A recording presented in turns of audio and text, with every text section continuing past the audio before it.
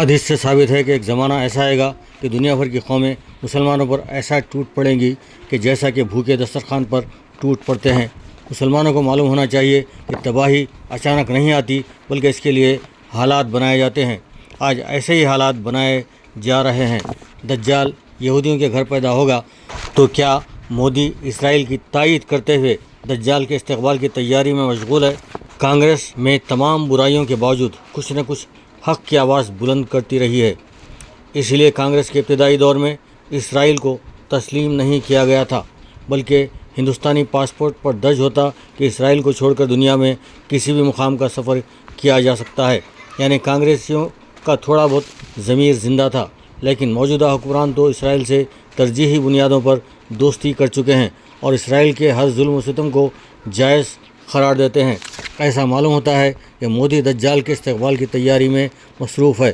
ہندوستان میں مسلمانوں کے خلاف انتہائی جھوٹے پروپیگنڈے جاری ہیں۔ چنانچہ ایک گیروے رنگ کی فرقہ پرست کا کہنا ہے کہ ہم ہندوستان میں جہادیوں کے ہاتھوں کتوں کی موت مارے جا رہے ہیں، اسی لیے ہم اسرائیل جانا چاہتے ہیں۔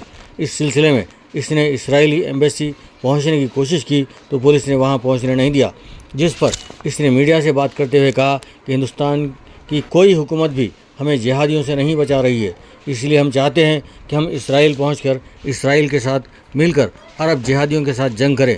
اس گیروے رنگ والے نے فلسطینیوں پر الزام عائد کیا کہ فلسطینی جہادی بچوں بوڑھوں کو مار رہے ہیں اور ان کے کلیجہ نکال کر کھا رہے ہیں اور خواتین کو برہنہ کر کے ان کے ساتھ زیادتی کر رہے ہیں، لیکن اس گیروے رنگ والے کو چین کے بارڈر پر جا کر چینی افواج سے لڑنے کی ہمت نہیں ہوئی، اور منی پور میں جو حقیقی ظلم منی پور کی خواتین کے ساتھ ہوا انہیں جا کر دلاسا دینا اس کے ضمیر نے گوارا نہیں کیا۔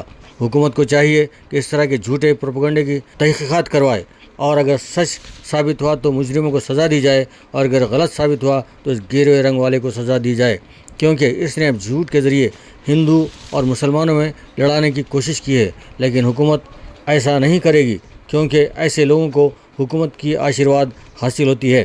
دراصل طویل عرصے سے ایسے حالات پیدا کیے جا رہے ہیں کہ جس سے مسلمانوں پر ظلم کرنے کے لیے مواقع فراہم ہوں۔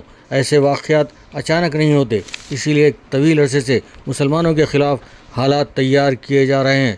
علماء سو نے اس سلسلے میں مسلمانوں کے تحفظ کے لیے مسلمانوں کا شعور بیدار نہیں کیا۔ نتیجے میں احادیث کے مفہوم کے مطابق دنیا بھر کی قومیں مسلمانوں پر ٹوٹ پڑنے کے لیے بالکل تیار ہیں۔